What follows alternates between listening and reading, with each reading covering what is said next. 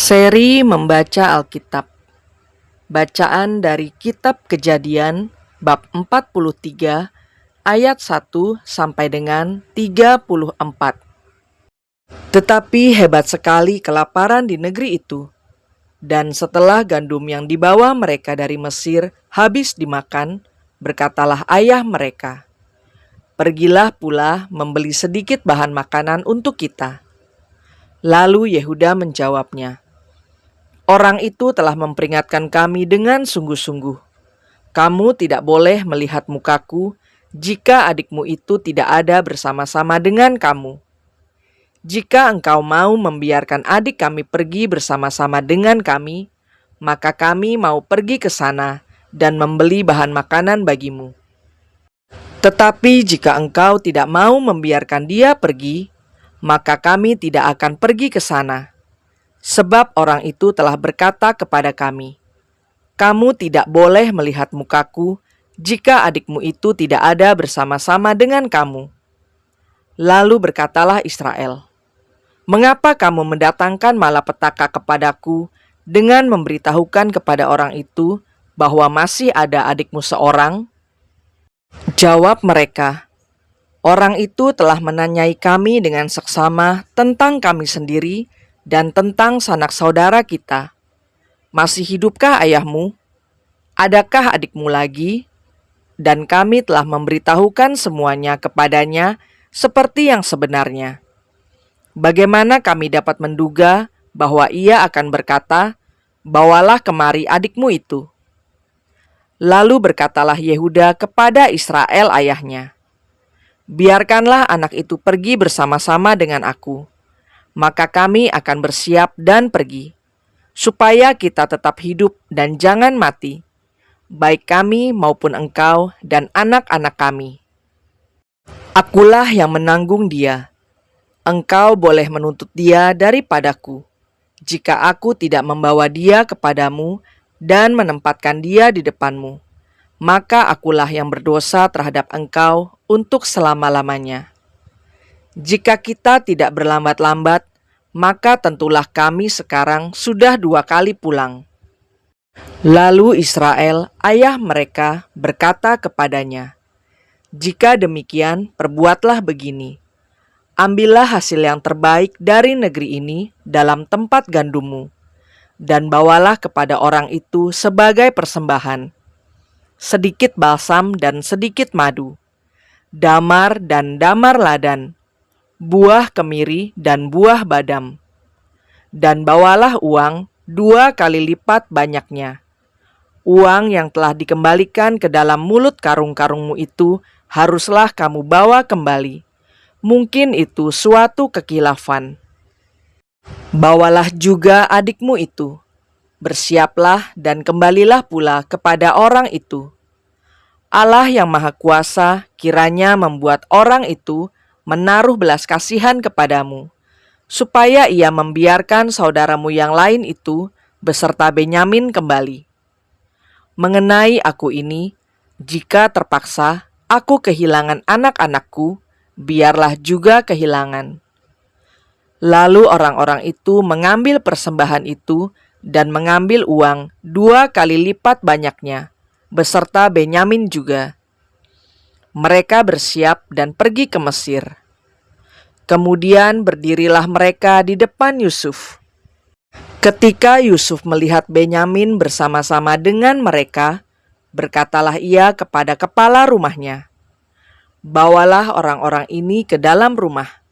Sembelihlah seekor hewan dan siapkanlah itu, sebab orang-orang ini akan makan bersama-sama dengan aku pada tengah hari ini." Orang itu melakukan seperti yang dikatakan Yusuf, dan dibawanyalah orang-orang itu ke dalam rumah Yusuf. Lalu ketakutanlah orang-orang itu, karena mereka dibawa ke dalam rumah Yusuf.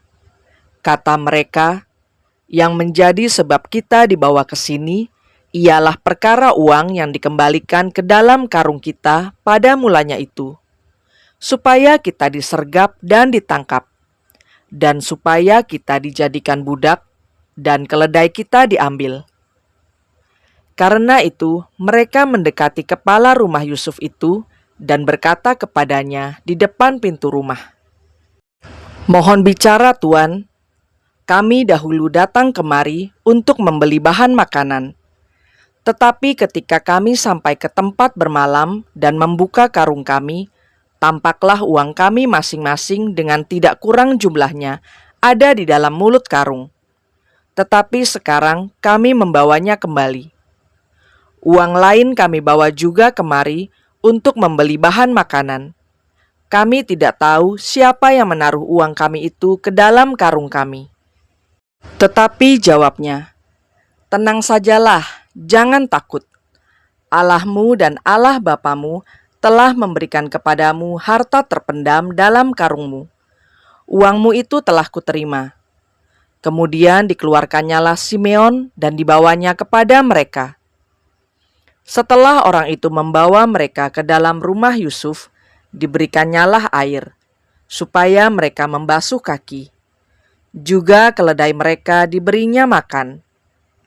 Sesudah itu, mereka menyiapkan persembahannya, menantikan Yusuf datang pada waktu tengah hari, sebab mereka telah mendengar bahwa mereka akan makan di situ.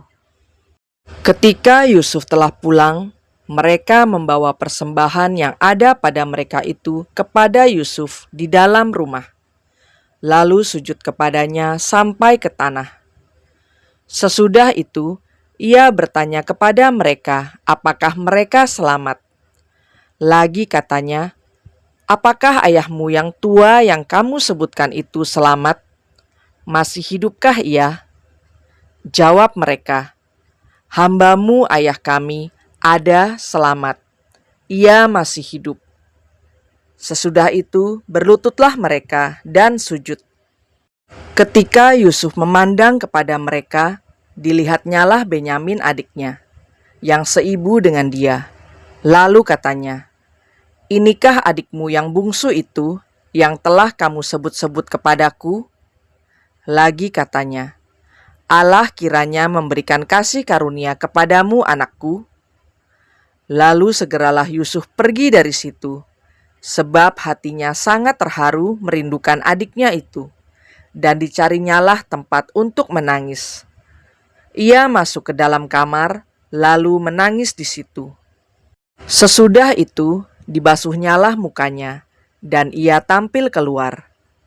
Ia menahan hatinya dan berkata, "Hidangkanlah makanan."